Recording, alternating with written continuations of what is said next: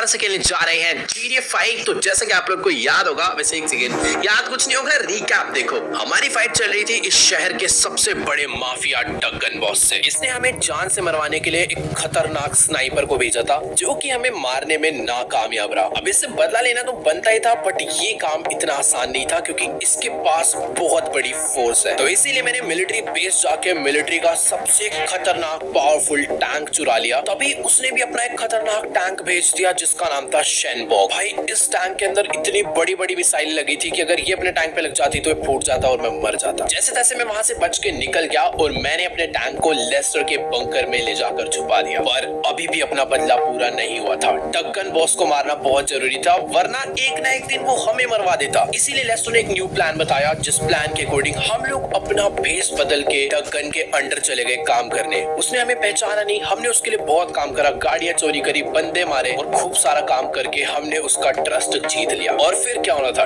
Trust जीतते ही मैंने उसका सारा का सारा पैसा चुरा लिया। तो वो सारा का सारा पैसा मैं एक ट्रक में डालकर वहां से निकल गया था और उस ट्रक को मैंने एक सीक्रेट लोकेशन पे लाके छुपा दिया है। ये कोई छोटा मोटा सा गाँव है, इसके नीचे एक ब्रिज था, मेरा ट्रक वहां पे छुपा रखा है, जिसको मुझे चुपचाप से लेस्टर को डिलीवर कर आना है।